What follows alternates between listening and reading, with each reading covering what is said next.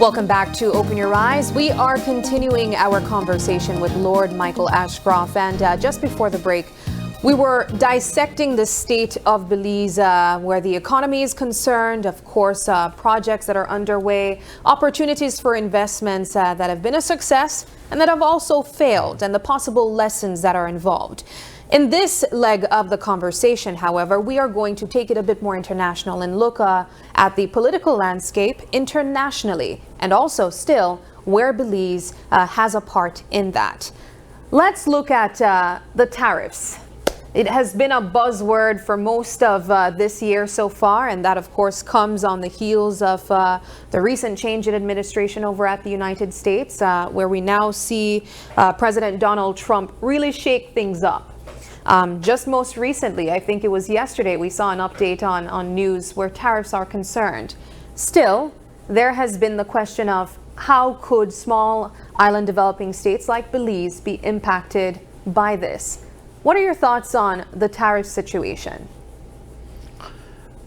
Well, you have to go back to the fact that the United States is building up a budget deficit over many years. And a large part of that is the trade imbalances that they have endured with many countries over a long period of time, significantly with countries like China, but also countries close to them like Mexico and Canada that have had a very lenient ride in getting their goods and services into the United States.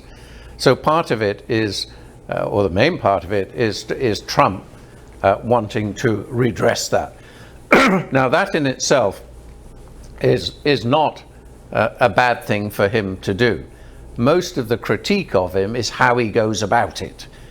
In other words, you can do things in a diplomatic way, or you can do things in a bullying way. Yeah. But I think that the United States has found that doing things the diplomatic way has not been particularly successful when dealing with other countries. So what Trump has attempted to do is to find where these major deficits are. And instead of in a negotiation, sort of trying to bridge a gap between the two, he goes off to a total extreme. And then you'll notice he comes back from that extreme to a point that he, for the United States, is prepared to accept. So I don't see that we'll be going back to anything that once happened there. There's a 10% broad tariff to every country in the world, and then over and above that, he tries to work out what extra tariffs would be needed to balance the books. Things like U.S. aid has been really out of control for years and years and years. Now, this is where it will affect some of the developing economies, because they have cancelled about 4/5 of all the U.S. aid to developing nations. And you can have your own critique on that. If you're on the liberal side of things, you can be disgusted with that. If you're on the Make America Great Again side, you can be very pro that it's about time that attention was paid to the domestic issues rather than helping smaller or developing countries. That's that's a very, very interesting position, because small countries like Belize, we've done well with the assistance being given to us by U.S. aid and other agencies from the United States that help in healthcare, education, and other sectors. And to have this sort of yanked from under our feet, it puts us in a very precarious situation, if you ask me. We were looking at the Millennium Challenge Corporation and the millions of monies that were earmarked for energy and education. And with this second Trump administration, all of that was taken away in a stroke of a pen. It leaves us, in a sense, perhaps scrambling to find other ways in which we can further our energy further develop our energy sector and find sustainability where that is concerned, strengthen our education sector as well. But that's just one thing. I want to segue briefly to talk about U.S. dependency, for instance, on China where manufacturing is concerned. Because at the end of the day, you're looking at two giants that are fighting, and then you have small countries like Belize that are actually feeling the weight of this particular fight. Well, again, you see, it's a matter of opinion as to where your opinion is. Should the wealthy nations of the world be supporting developing countries or not? And there's two schools of thought from where you come on that. But then, there's also on the international aid. Should governments have an equal responsibility to make sure that their democratic processes, that they don't waste money, that wealth is well balanced and distributed accordingly? Should there be openness in those countries? Is there a quid pro quo? Or do these developing countries just want to take and not actually try to develop themselves? Yes. Let's look at a specific example. I mean, you've got to come to your own opinion as to whether you believe the governments of Belize here are doing everything that they should to develop the nation. But it could be argued that to get to a point where the United States is, or even China is, or even Mexico is extremely far-reaching when you think of the resources that they have already. It might seem almost impossible. I don't disagree with you. Let's look at a specific example. But you see, all the countries have chosen at one time or the other to become independent. Yes. They chose to paddle their own canoe. Most of them knew there were serious economic challenges ahead. But yet the concept of independence was more important in their personal pride, whatever it was, and their own sovereignty, and to take on those challenges. And for many countries, they have failed to take on that challenge. Now what you're implying is that the wealthier nations should now be coming in to save us. To save you. We're the damsels in distress. So therefore, to that extent, I'm not saying what is right or wrong under this, because you're going to get, as I said, two groups of different opinions. And what you now have in the States is a Trump that believes in very much an America first. Then you run into what that definition means.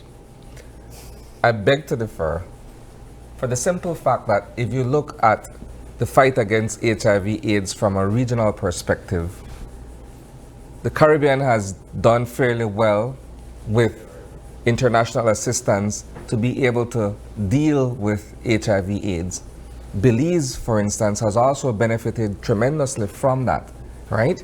Now, like I said, it just feels as if though everything has been yanked from under our feet, and now we're left to figure out, okay, how do we continue to deal with HIV/AIDS? And this is just one example. How do we continue to deal with the issue of HIV/AIDS if we don't have the resources, the funding, and the wherewithal to be able to mount an effective challenge against the spread and what have you of HIV/AIDS? That's just one example.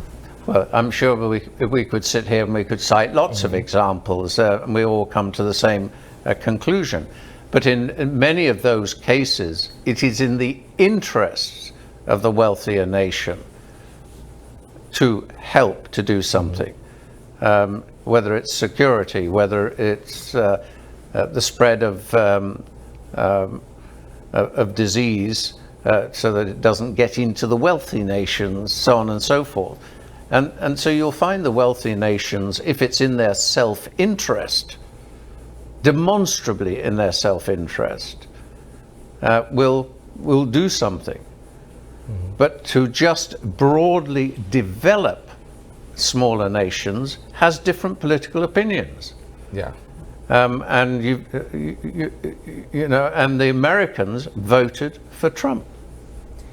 You could say they too had a choice of least worst alternatives rather than best of choices. And that was That's exactly the perfectly case true. when you look at what that election spoke of or highlighted what the people of America were really concerned about. I go back, though, to the idea of sovereignty. For a small developing country like Belize, navigating itself within the spaces of these large powerhouse countries or nations like the United States, like China, how do we go about ensuring that we don't compromise our own sovereignty or strategic partnerships? Because the partnership is still important as well. Well, the very words you used about surrendering sovereignty, the United Kingdom surrendered sovereignty to a large extent by joining the European Union.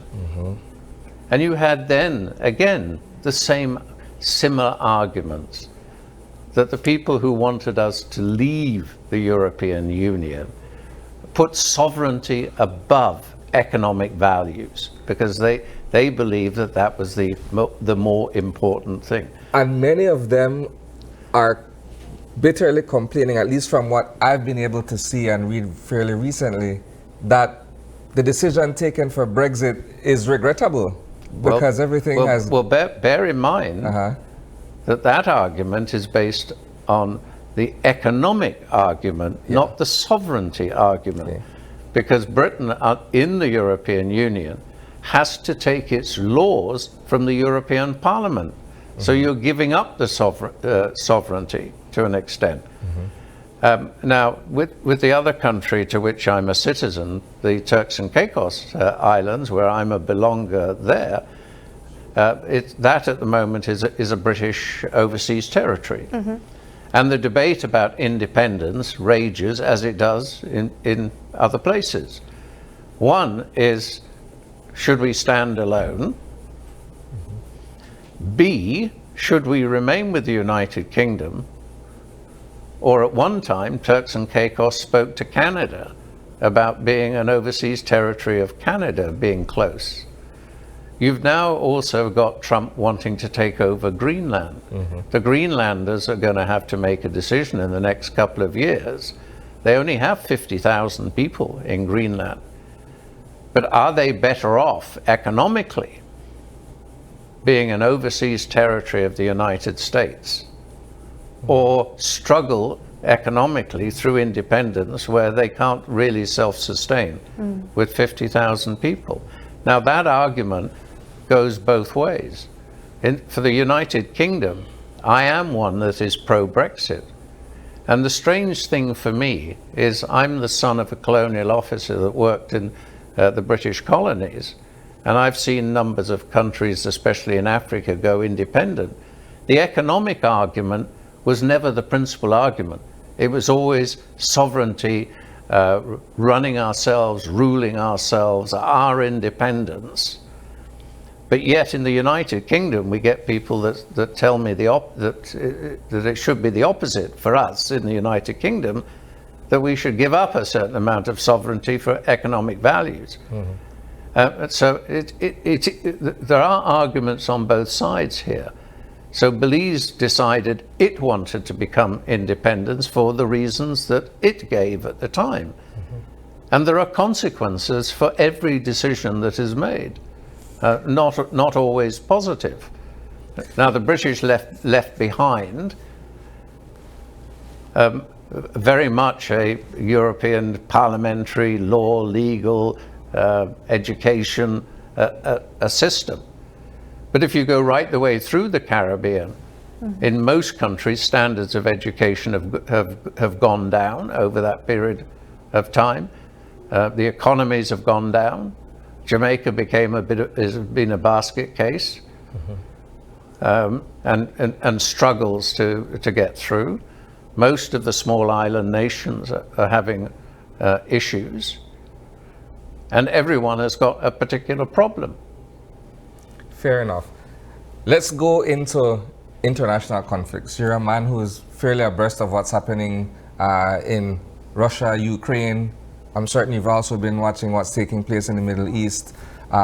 Let's talk about Israel, Iran. and the recent intervention, if I may, by the United States with the bombing of the nuclear sites in Iran. What is your take on what's happening there? Well, it's like many conflicts throughout the world and throughout history, is that wars happen, but wars eventually get settled one way or the other, not always fairly. And not without the loss of lives and resources. It happens. I went to Israel last year as a guest of the Israeli Defense Force. And I was taken down to the kibbutzes where the slaughter took place of 1,300 Israelis. Now I asked the Israelis, let's start on that day. Let's not go back in history. What is an appropriate response against Hamas after that, where they have built massive underground tunnels and complexes below mosques, hospitals, schools, so on and so forth? Tell me, what's an appropriate response? And that's a very difficult question to answer. And again, you're going to get a lot of variation from educated, intellectual people and those that also don't know what they're talking about. Is doing nothing appropriate? Is doing what Israel have done so far appropriate? And you've got to balance that. You've got to balance those two positions. And there can never be peace in the Middle East unless Iran is neutralized, because they have an agenda to totally obliterate Israel. Yes. And with the development with nuclear weapons. But in every war, civilians get killed. In every war, women get abused. In every war, children get killed. And today, with modern communications, we didn't have Fox News and CNN in the battlefields interviewing this, that, and the other. So wars were done over there. You didn't know what happened with mass slaughters. Yeah. And now we're seeing it in real time. now you see it in real time as it's happening. I think what's still interesting, though, is that for certain coverages, you could still sense or you can read that there's a divide or a skewing of how they want the situation to be perceived. And I say this on the heels of understanding that you've been able to put yourself in this situation or in the actual location where some of these actual fighting took place. You were in Ukraine, covering as a journalist as well. From your own personal interest, for persons who might not be aware or have been following, which would be very difficult for them to have not seen some of the impacts of the war taking place in parts of the world, why are you invested in understanding what is taking place? Well, I'm an internationalist, very much so. And you mentioned Ukraine. I mean, since the war, I've been to Ukraine 12 times. I've been to the front line 3 times. I've heard the missiles coming in and going out. You've seen the drones now. I've seen the drones. I've been to the drone factories. I've seen the development. I worked with Mrs. Zelensky on the rehab of various community centers there. And as a consequence for that, I've been sanctioned by Russia for the work that I've done. I've written, I think, 30, 40 articles about Ukraine. And I believe that Russia is a bad force for European security. Ukraine was starting to build up a thriving democracy, still had a long way to go, still enormous corruption from the oligarchs there, but working towards joining the European Union, where the power of the oligarchs would have to be diminished as part of conditions and so on and so forth. and I'd been to Ukraine before the war a few times. I'd written a book outlining Britain's defense capabilities, and I visited Ukraine before the 2014 war, but after that as well.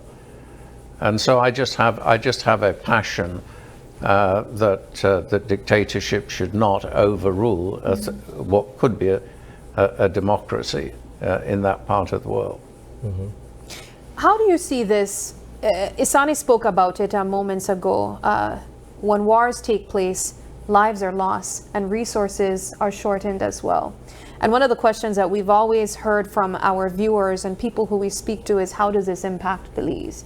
But I think greater than that, how does this impact our region, Central America, the Caribbean? Well, you know, one of the greatest diktats in terms of cost of living is oil. Mm-hmm. Indeed. And this, of course, is one of the main drivers that when these wars start, if Iran blocks the Straits of Hormuz so that the oil from that region can't get through, then we start seeing the massive increase in oil, and that obviously permeates right the way through into the small countries like Belize as well. But I've read that China would be directly affected as well, and so it's a delicate balance to maintain the bilateral relationship that has been struck with China. Well, these are all the things that Trump sees and wants to try to address. And that's an uphill struggle. I don't think he will succeed in many of the things he wants to do because the opposition forces, one way or the other, and resistance against it, and the courts as well. Because in the United States, the first thing you do when you want something achieved is you go and try and seek an injunction straight away. Yeah. But Trump is now managing to knock that down. Mm-hmm. But the legal process is a very complicated one in the States. And actually, funnily enough, that comes back to where we are in Belize on things like the legal side. Mm-hmm. Because where's the money going to come from to sort out the UDP and the PUP? Because it's going to be serious legal stuff. And do local lawyers, A, have the capacity to deal with it, and B, do they want to upset the ruling party by participating in it? Yeah. But we're operating in a very litigious climate where everything is, let's take it to the courts and have the courts resolve it, as opposed to being able to find a solution that works mutually for both parties, if that were the case.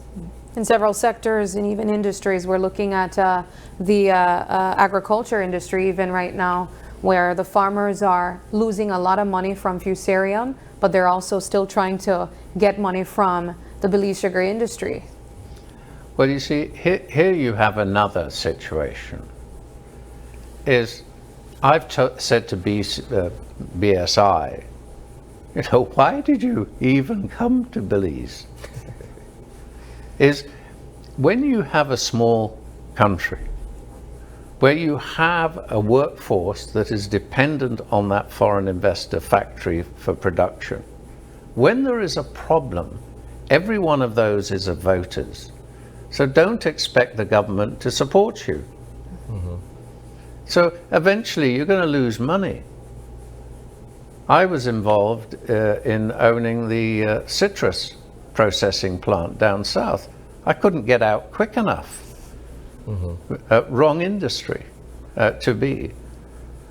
Good luck for people dealing in the port with the stevedores. Yeah. It's brave people that want to come in and deal with a sector where they're not going to get any government support, or very little government support, or where in private you get their support, but in public they do the opposite. And the stevedores are a small group, and this is my observation, my opinion, and I know I'm going to get raked over the coals for it, but here we go, right? in Belize, we talk about, when we look at crime and violence, for instance, we're saying we can't allow these gangs, which are a small group of Belizeans who are hell-bent on doing criminality, to hold the country or to hold the city in some cases at ransom. But when you look at the stevedores, and I'm not taking away from anything that they've done and they continue to do, but they're essentially holding certain processes or certain operations at ransom based on what I believe and what others would agree is an antiquated way of doing things. You mentioned earlier mechanizing and automating certain processes at the port. It's only in Belize perhaps that we're still using manpower to do some of these things. Many other places it's heavy machinery that moves the containers and the efficiency is very high. What's your take? I cannot improve on that articulate description of the situation that you've just said. Not long ago, I was in Nigeria, in Lagos, for the new port that they're building, and I saw all the massive cranes, and I saw the way they were taking containers off, and hardly a workforce around. Highly efficient, highly mechanized. Well, good luck to whoever's got to take on that challenge here. My final question for you, we're completely out of time, but I want to get your take quickly on artificial intelligence. That is the talk across the world in terms of how certain processes are being done, and you alluded to it earlier that in some cases it will replace human jobs and what have you. As a businessman, what's your take on that? Well, it's like anything else in life, we're going to have to adapt to it. It's not going to slow down. But there's also a little bit of humor about it, because we've now got robots checking that humans on the internet are not robots to give them access. You know, we're moving in that direction. And equally, we're spending a lot of time on artificial intelligence. I wish we'd spend more time on natural stupidity. Okay. But slowly but surely, artificial on the health side. I'm a trustee of the number 2 ranked hospital in the States, the Cleveland Clinic, and I love the section about the future, not only of research into medicine, but how AI is going to apply to medicine and the analysis of it. When they feed in all the files of everybody and life longevity, and if they have this, AI will instantly be able to give a statistic and say, boom, this person is heading in this direction and all the rest of it. And we won't be able to stop that. And eventually, where we've got to be careful is that within a number of years, AI may be more intelligent than us. And what are the consequences when they can start to talk to each other? Yeah. So I think so people say, should there be some regulation as to how AI is developed? But that won't work, because China will agree to anything, but will do what's in their interest anyway, and they will take advantage of anything. So it is an open house, but it is exciting. We are going to have to embrace it. There will be enormous job losses as a consequence. But I go back to that ferryman and across the river again. You could never stop them building bridges over rivers, and people will lose their jobs. But and we'll have that in medicine too, with genetics, and we'll get to a stage. Do you want a boy? Do you want a girl? There'll be something that you can choose it. All these things. Like a vending machine. Isn't it? And I say to kids of today who are 20 or around that particular age, you're going to have a life expectancy till at least 90. You've got 70 years on this planet. You're going to see things that you can't even visualize today that is going to change this planet. Could even be eventually to self-destruct, who knows? But don't take anything off the table now. Is the process of learning and developing and changing will continue to accelerate. And I just wish I could be around for 70 years to see that. Excellent. My final question to you is, if you could leave us with one insight of where you think Belize should be headed in the next decade, next 10 years, in terms of development, in terms of the possibilities that exist, what would that be? Well, that's a tough question, because there's a lot of chicken and egg in that. But I think you've got to sort out your democracy. You've got to sort out your corruption, both of the political side and the electorate side. Because if you don't do that, you're going to be no better off than the cartels of Mexico. All right. Excellent. Well, thank you so much for joining us. This has been a wonderful conversation, and we're hoping to have you return back very soon, hopefully not 6 months from now. Thank you, Sabrina. Thank you. Thank you, guys. Yeah. Alrighty, we take another quick break, but don't go anywhere, because when we come back, our friends from Quartz are going to be joining us to talk about how you can level up your home with Quartz appliances.